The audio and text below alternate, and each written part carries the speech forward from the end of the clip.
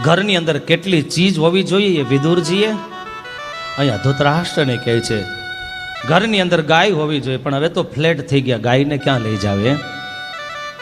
પણ છતાંય આજ્ઞા પાળી શકાય. જ્યાં ગૌશાળા હોય, દેવ મંદિરોની અંદર ગાયોનું પોષણ થતું હોય, ત્યાં ઈશ્વરે સંપત્તિ આપી હોય તેની સેવા થઈ શકે ભક્તો.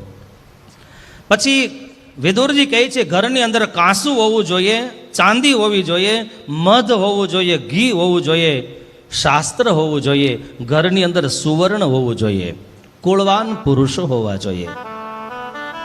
અત્યારની બહુ મને ખબર નથી, આ બધા વડીલો બેઠા છે, સંતો એને ખબર હશે. આપણે ત્યાં કોઈ બહારથી કોઈ આવતા ને તો એ વખતે પાણી લાવે ને એની અંદર સોનું બોળવામાં આવે અને પછી એનો જળનો છંટકાવ કરવામાં આવે, જેથી કરીને પવિત્ર ગણાતો. આવી પરંપરાઓ હતી. પણ હવે બધું ફ્લેટમાં બધું ફ્લેટ થઈ ગયું.